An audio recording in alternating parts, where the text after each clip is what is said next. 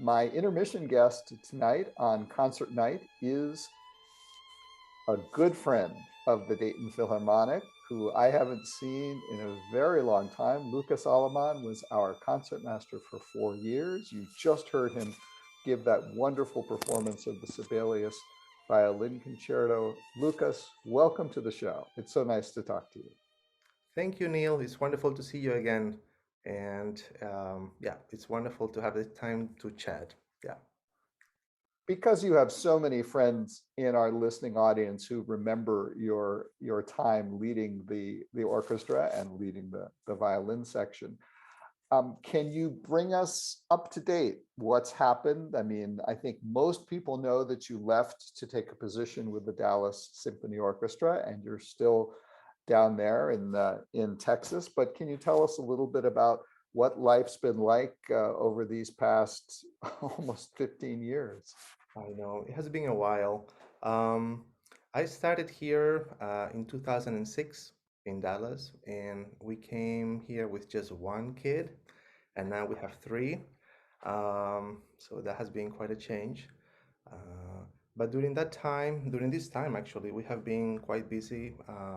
And I say we because both Gina and I were still teachers. So we teach violin to several students.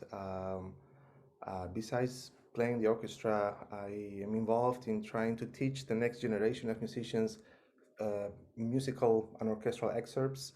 So I coach the youth orchestra here in Dallas, and I have been doing some guest concertmasters. Probably that was about last time it was about 6 years ago, and most of the time it's just quite busy with the symphony, so there's not much time to do other things outside of the schedule. Yeah. Sure. So I'm curious, and I think some of our listeners might be curious too. When you were here at the Philharmonic, you were the concertmaster. You were the leader sitting in front. When you went to Dallas, you're now a member of the first violin section, Mhm. making more money, I'm sure, than you did here. So that's a good thing. But you don't have the leadership responsibilities. Was that an adjustment from, because in your career before Dayton, you'd been a concertmaster in other places as well. Is it an adjustment suddenly not being the leader and having to follow the leader, so to speak? Yes, I think it was an adjustment to kind of like not jump to play the solo when the solo was coming.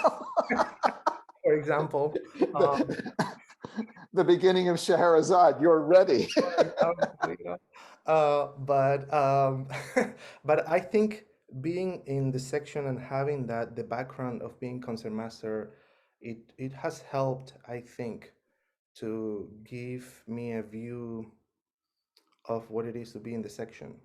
Like if I would be concertmaster right now, I would have a very clear insight of how people feel within the section and how to encourage them even further and give them opportunities to express themselves a lot more.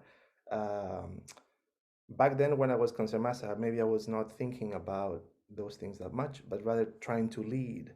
But maybe now with the experience I have, I feel I can say that it brought a new perspective, and the way I play has not changed. I mean, I actually think the DSO is encouraging people to play very soloistic at times and very much like a concertmaster wherever you're sitting.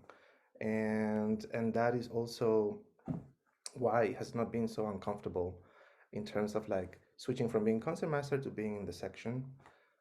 For about, I think over 10 years, we had Jafans Baden be our conductor, and he was very much encouraging everybody all the way back to the last chairs of the first violins, second violins, to play really much like a concertmaster. And he was a violinist in his performing career, wasn't he? That's correct. That's correct. He was a violinist, and the last thing I heard is like he's leaving the New York Philharmonic. Right. He's been at New York for several years, and now he's leaving. Now he's leaving. I think he wants to spend more time with his family. He became a grandparent recently, so yeah, that made him change a little bit. That's it's an interesting thing that you said about playing in the section like a soloist, because I find, especially in concertos, that the a violin concerto, that the violinists in the orchestra almost kind of consciously dial back their approach so as not to get in the way. But there are places in the Sibelius, in the Tutti sections, in the Bruch concerto, in the Mendelssohn concerto, almost every concerto, where suddenly you need the section to play like 14 soloists and have the same kind of brilliance in the violin sound that is. And I find so many times that you really have to, no, don't hold back. This is your chance. Right. Go for it. So that's nice to know that that you're getting that kind of encouragement all the time. Because I find as a conductor, if something is overdone a little bit, if it's too loud, if it's too showy, if it's too, it's always easy to say, no, just relax, to, a little bit less. But it's hard to get people who feel like they have to hold back to relax and let loose. Right. Because I think, I went many years ago when I was young and playing in orchestras, you feel confident being part of the group, and you find a place to sort of put your sound in the section, and that's your comfort zone. Right. And if someone says, no, can you dig in and really play, you think, wait a minute, that's not my thing. So Right. I mean, and needless to say, the cohesiveness of a group, it should never be jeopardized. I mean, of course, it's not that everything has to be loud and soloistic all the time. But whenever we have to play out, it's like we play, we go for it. Uh, but um, but I think I felt comfortable enough switching, I guess, from the concertmaster role to being in the section because I have done it before. I mean, it wasn't my first time playing as a section player. Before my first concertmaster job, I was working with the Rotterdam Philharmonic. I was still in college, and I was playing in the back of the second violins and learning the ropes and playing under Gergiev at that time. oh, And so, exactly. So, I mean, um, I think orchestral life is like that. Sometimes we forget how, or I should say, I could easily forget how fortunate we are to be a member of an orchestra, to be a musician, to be able to do what we love, and no matter the role. And sometimes I can say, well, I was meant to be concertmaster. I was in that path, and sometimes that thought occurs to me, right? It happens that I think about it. But on the other hand, I think this was the opening that was at the time, and I took it. And yeah, and even though I miss everybody in Dayton because we had a phenomenal time in Dayton, and it was a time for me of growth and getting better as a musician. And I miss those times, of course, but now here we are. We're in Dallas. that's great. I'm very happy that things worked out for you Oh, thanks. there. And we all look back very fondly on the years that we worked together, because there were some great things. You were with us for the very end of the Memorial Hall era, and there for all the excitement at the beginning of the Schuster Center. And Right. then you moved to Dallas and the Meyerson Center. Is that the name of your That's hall? correct. Yeah, the Which Myers. is a beautiful hall, very live, even I think even more live than the Schuster Center is, but a really nice hall. So that's great for you. Well, it's interesting. The hall sounds lively when you're sitting in the audience, but on a stage, I find it sometimes more complicated, I guess, to play together, just because we're so far apart. It's like but we do it, but just like visually keeping in touch and making sure that we are just playing at the same time and the right notes. So As my old conducting teacher used to say when he would get frustrated, just put your fingers in the right place. exactly, that's all we need to do. He was a woodwind player, so he had a different perspective. Lucas, can you maybe share with us a few thoughts about the Sibelius Violin Concerto, what Sure. it's like to play as a soloist, and of course, you've also played it in the orchestra as an accompaniment. It's a wonderful piece, but it's very different from the other great violin concertos in D by Mr. Beethoven and Mr. Brahms and all the others. So I mean, I know how it feels as a conductor to do that piece and what the challenges are, but I'm curious. I've actually never spoken to a violinist about what is it about Sibelius that makes it particularly attractive, maybe that makes it particularly difficult or particularly easy. I don't know. Oh, no, no, not easy at all. I actually find Sibelius to be a composer that has so many beautiful colors, and his experience as a violinist, it was definitely there as a composer. So you can actually feel, the sense of timing and the focus on the instrumental writing. It really shows how he understood the physical properties of the instrument and the practicalities of ensemble playing. Sibelius is not an easy concerto. Actually, one of my students is right now finishing a recording. She's doing a competition in the next month or so, and she had to record a whole Sibelius. And it reminded me how hard of a concerto it is, especially when you have to play it in one shot, like just played. It requires a level of stamina and also the confidence and discipline that I think most of the soloists they show. Over the last few years, I befriended few of the soloists that came here, like James Ennis, Hilary Hahn, Agustin Hadalik, and they all say how fantastic journey it is to be a soloist, and yet how hard it is to keep it up. That you're required to make sacrifices, and to be at the level of playing Sibelius night in, night out, do another concerto next week, it's not for everybody. It's just for the special few, I guess. So, And it's interesting. This is just on my mind because it happened recently. We always think about the technical difficulties of a given piece of music, but we don't often think about the difficulties that surround the performance that may have nothing to do with the music itself. On New Year's Eve, Aurelian played the finale of the Cacciatorian Concerto. And it's a piece he knows very well and plays just fabulously. The performance was great, but talking to him afterwards, he said, I forgot how different it is playing with my jacket. And he was uncomfortable the whole time because everything was just a little bit off because of having his tailcoat on. And it was like, and I said to him, do you notice, like, when Jessica, our current concertmaster, plays a concerto, she always plays the dress rehearsal in her shoes that she's going to wear at the right. concert. And women soloists, I think about that, especially with the shoes, the whole comfort thing.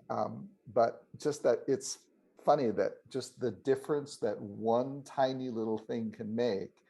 And then you find yourself thinking about where's your violin on your shoulder instead of what the piece is. But he did a great job. But he came off thinking, darn, I should have done the dress rehearsal with my jacket. I remember having like a similar situation when we did together the Four Seasons Mm. at the Phrase Pavilion, and it was a very warm night, and I was wearing the white jacket, and I thought, goodness, I wish I could take it off in the middle of it. But it's the thing that we learn when after we do these wonderful performances, we learn from them and we get better at it. I think that's what it is. We learn from them, yeah. In terms of your question, like for the violin concerto and the technical difficulties of the concerto, I find that, the technical virtuosity that is required to play the Sibelius is actually remarkable. But the thing that really gets me about Sibelius is his expressiveness. Mm. That there's a lot of things right in his writing that it just showed that he understood melodies and how to make it sing, how to make the instrument sing. And so somehow we forget that is not just a bunch of like gimmicks or fireworks, but it's part of a beautiful melodic line. Like for example, in the cadenza, the dies irae, that it just happens to be there, and we should always play it like that, you know.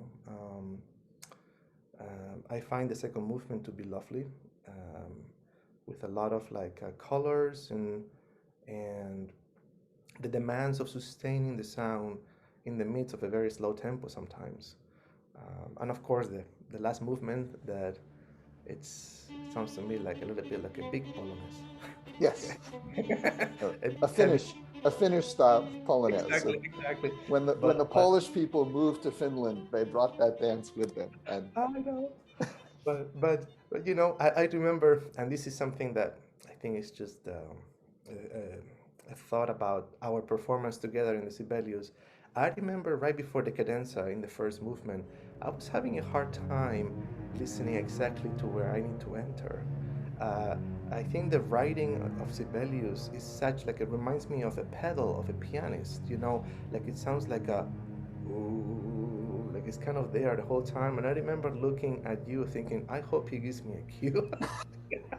did I? I don't And you remember. did, and you did very well. You actually did it. But I remember thinking, like, yeah, it feels very different. Even playing from a piano accompaniment to an orchestral, you know, performance is just like an amazing experience, I should say. Nothing compares to that. And I've been fortunate enough to have at least two, no, actually three of my students. They did different concertos with orchestra here after they won some competitions, and I was telling them like, just be ready. It's a journey, and it's really like a fast ride. Just take it as it is, and after their performances, they said, "Oh my gosh, the wall of sound that is behind me, and you felt propelled to perform like nothing else." You know, it's quite an experience. So I feel fortunate that I got a chance to do it with Dayton. So it's wonderful. We were lucky to do it with you. And I would imagine that the Sibelius Concerto, because of the textures that he writes and the way the orchestra and the violin fit together, it's very different from the Beethoven Concerto, where the roles are separate and clear, and the Brahms Concerto, where he's starting to put them together, but there's still a sort of separation. But in the Sibelius, it really is a single piece, and you come in and out of the orchestra texture, and the interplay is much more intricate and delicate. So I would imagine that playing the Sibelius, that's a challenge, but it's also, like you say, you have this giant sound production machine behind you that is part of what you do and that sort of energizes you.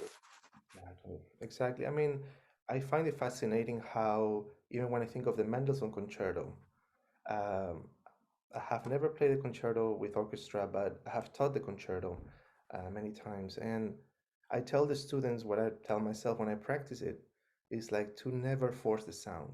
Why? Because all the wonderful overtones that are created within the orchestra, it creates this wonderful bedding for the sound that the soloist is just not having a very hard time projecting. It's just there. And for Sibelius, somehow I find it more difficult. The orchestration is sometimes more complex and at times thick. And so it requires a certain level of like muscle power. Yeah, You have to, you for have to, sure. you have to bring it. You have to bring it. And I saw a couple of times in Dallas, actually two soloists that they came. They were up and coming violinists, wonderful violinists, but they were shocked at the tremendous sound of the orchestra, and they couldn't actually produce a sound that was powerful enough for the last part of the first movement, for example. You know, so it requires dexterity. We need to have a clarity of thought, not to get lost sometimes in some of those intricate rhythms that Sibelius is writing, right? And so, That but goes for the conductor too.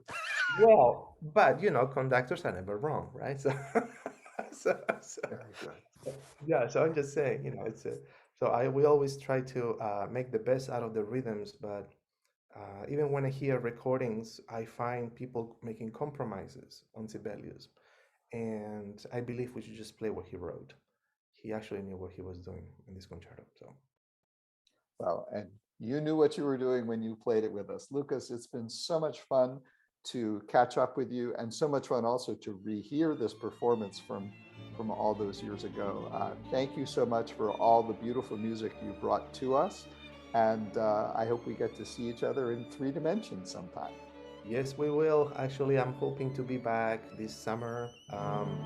One of my students is actually one of my students that I taught back in the time I was in Dayton is getting married, so I hope to be back by then. Wow. We'll catch up. Call when you're in town. I'm sure. Well, I'm sure you'll have a very full dance card with all of your friends and colleagues who want to get together. Well, that sounds good. We'll get together. Well, thank you, Lucas. Thank you. Take care. Thank you, Neil. Bye bye.